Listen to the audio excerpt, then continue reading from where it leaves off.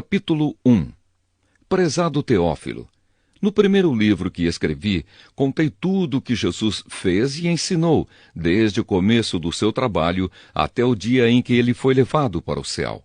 Antes de ir para o céu, ele deu ordens, pelo poder do Espírito Santo, aos homens que ele havia escolhido como apóstolos.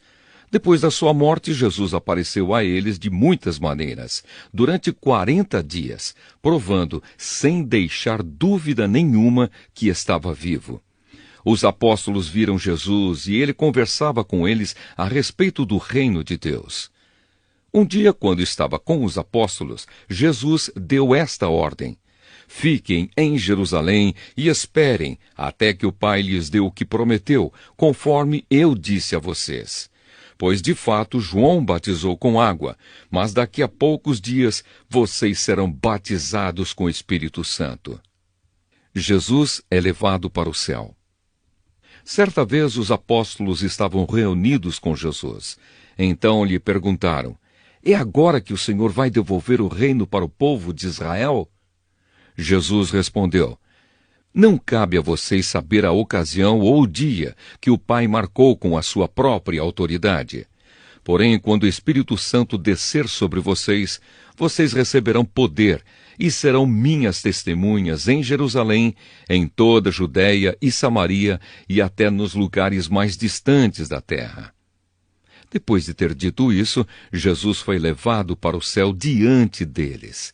Então uma nuvem o cobriu e eles não puderam vê-lo mais. Eles ainda estavam olhando firme para o céu, enquanto Jesus subia, quando 2 homens vestidos de branco apareceram perto deles e disseram: homens da Galileia, por que vocês estão aí olhando para o céu? Esse Jesus que estava com vocês e que foi levado para o céu voltará do mesmo modo que vocês ouviram subir. A escolha de Matias. Então os apóstolos desceram o Monte das Oliveiras e voltaram para Jerusalém. O monte fica mais ou menos a 1 quilômetro da cidade. Quando chegaram à cidade, eles foram até a sala onde estavam hospedados, a qual ficava no andar de cima da casa.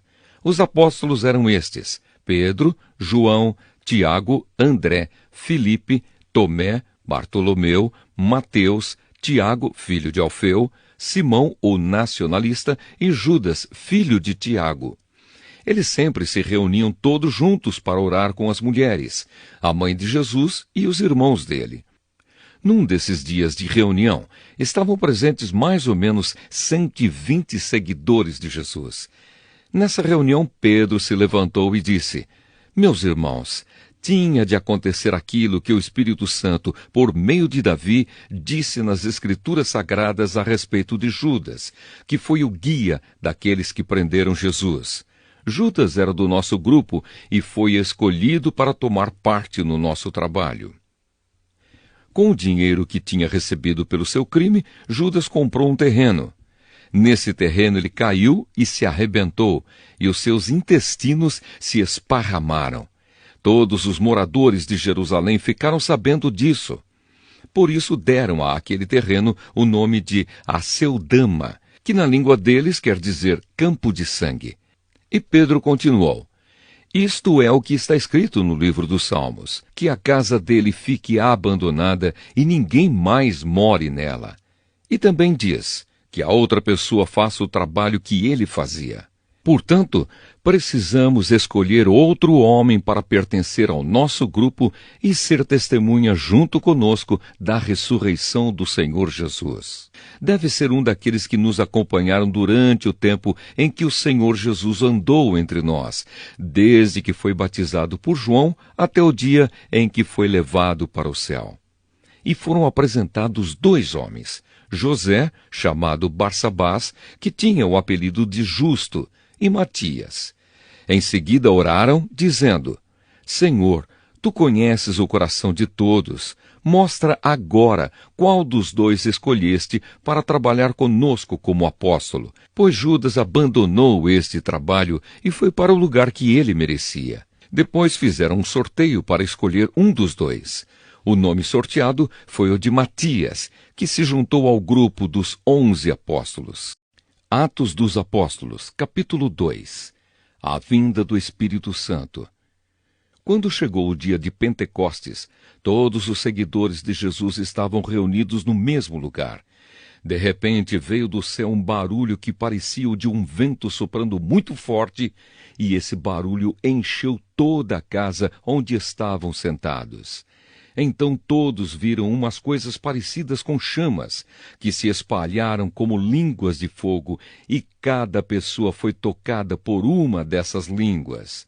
Todos ficaram cheios do Espírito Santo e começaram a falar em outras línguas, de acordo com o poder que o Espírito Santo dava a cada pessoa. Estavam morando ali em Jerusalém judeus religiosos, vindos de todas as nações do mundo. Quando ouviram aquele barulho, uma multidão deles se ajuntou, e todos ficaram muito admirados, porque cada um podia entender na sua própria língua o que os seguidores de Jesus estavam dizendo.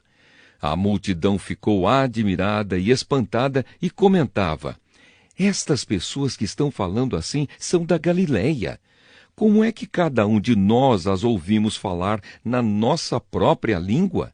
Nós somos da Pártia, da Média, do Elão, da Mesopotâmia, da Judéia, da Capadócia, do Ponto, da província da Ásia, da Frígia, da Panfilha, do Egito e das regiões da Líbia, que ficam perto de Cirene. Alguns de nós são de Roma, uns são judeus e outros convertidos ao judaísmo. Alguns são de Creta e outros da Arábia. E como é que todos estamos ouvindo essa gente falar em nossa própria língua a respeito das grandes coisas que Deus tem feito?" Todos estavam admirados, sem saberem o que pensar, e perguntavam uns aos outros: "O que será que isso quer dizer?" Mas outros zombavam, dizendo: "Esse pessoal está bêbado." A mensagem de Pedro. Então Pedro se levantou junto com os outros 11 apóstolos e em voz bem alta começou a dizer à multidão: "Meus amigos judeus e todos vocês que moram em Jerusalém, prestem atenção e escutem o que eu vou dizer. Estas pessoas não estão bêbadas, como vocês estão pensando, pois são apenas 9 horas da manhã. O que de fato está acontecendo é o que o profeta Joel disse. É isto que eu vou fazer nos últimos dias, diz Deus. Derramarei o meu espírito sobre todas as pessoas. Os filhos e as filhas de vocês anunciarão a minha mensagem. Os moços terão visões e os velhos sonharão. Sim, eu derramarei o meu espírito sobre os meus servos e as minhas servas. E naqueles dias eles também anunciarão a minha mensagem. Em cima, no céu, farei com que apareçam coisas espantosas, e embaixo, na terra, farei milagres. Haverá sangue, fogo e nuvens de fumaça. O sol ficará escuro e a lua se tornará cor de sangue, antes que chegue o grande e glorioso dia do Senhor. Então todos os que pedirem a ajuda do Senhor serão salvos. Pedro continuou: "Homens de Israel, escutem o que eu vou dizer. Deus mostrou a vocês que Jesus de Nazaré era um homem aprovado por ele.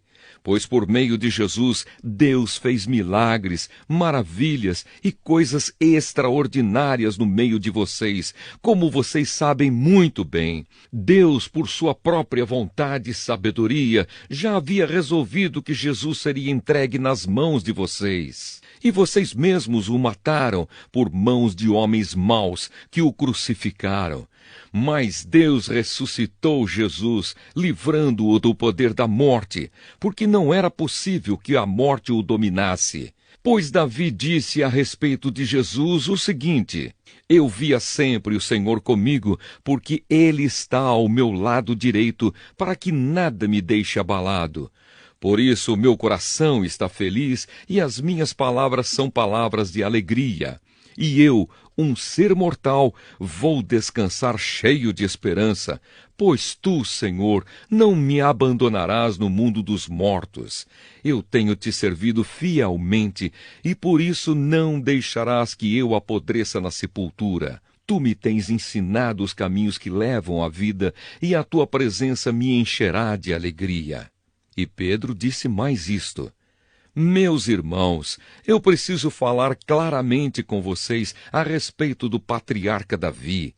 Esse grande líder morreu e foi sepultado, e o seu túmulo se encontra aqui até hoje. Ele era profeta e sabia que Deus lhe havia jurado que um dos seus descendentes seria rei, como ele. Davi sabia o que Deus ia fazer e por isso falou a respeito da ressurreição do Messias. Davi disse: Ele não foi abandonado no mundo dos mortos, nem o seu corpo apodreceu na sepultura. Deus ressuscitou este Jesus e todos nós somos testemunhas disso. Pois Jesus foi levado para sentar-se ao lado direito de Deus, o seu Pai, o qual lhe deu o Espírito Santo como havia prometido. E Jesus derramou sobre nós esse Espírito, conforme vocês estão vendo e ouvindo agora. Pois Davi não subiu para o céu, mas ele mesmo afirmou: O Senhor Deus disse ao meu Senhor: Sente-se do meu lado direito, até que eu ponha os seus inimigos como estrado debaixo dos seus pés. Todo o povo de Israel deve ficar bem certo de que este Jesus que vocês crucificaram é aquele que Deus tornou Senhor e Messias. Quando ouviram isso, todos ficaram muito aflitos e perguntaram a Pedro e aos outros apóstolos: Irmãos, o que devemos fazer? Pedro respondeu: Arrependam-se e cada um de vocês seja batizado em nome de Jesus Cristo, para que os seus pecados sejam perdoados e vocês receberão de Deus o Espírito Santo. Pois essa promessa é para vocês, para os seus filhos e para todos os que estão longe, isto é, para todos aqueles que o Senhor nosso Deus chamar. Pedro continuou a dar o seu testemunho e, com muitas outras explicações, procurou convencê-los, dizendo: Saiam do meio dessa gente má e salvem-se. Muitos acreditaram na mensagem de Pedro e foram batizados. Naquele dia, quase 3.000 se juntaram ao grupo dos seguidores de Jesus. E todos continuavam firmes, seguindo os ensinamentos dos apóstolos, vivendo em amor cristão, partindo pão juntos e fazendo orações. A vida dos primeiros cristãos. Os apóstolos faziam muitos milagres e maravilhas, e por isso todas as pessoas estavam cheias de temor. Todos os que criam estavam juntos e unidos, e repartiam uns com os outros o que tinham. Vendiam as suas propriedades e outras coisas e dividiam o dinheiro com todos, de acordo com a necessidade de cada um. Todos os dias, unidos, se reuniam no pátio do templo e nas suas casas partiam o pão e participavam das refeições com alegria e humildade. Louvavam a Deus por tudo e eram estimados por todos. E cada dia o Senhor juntava ao grupo as pessoas que iam sendo salvas.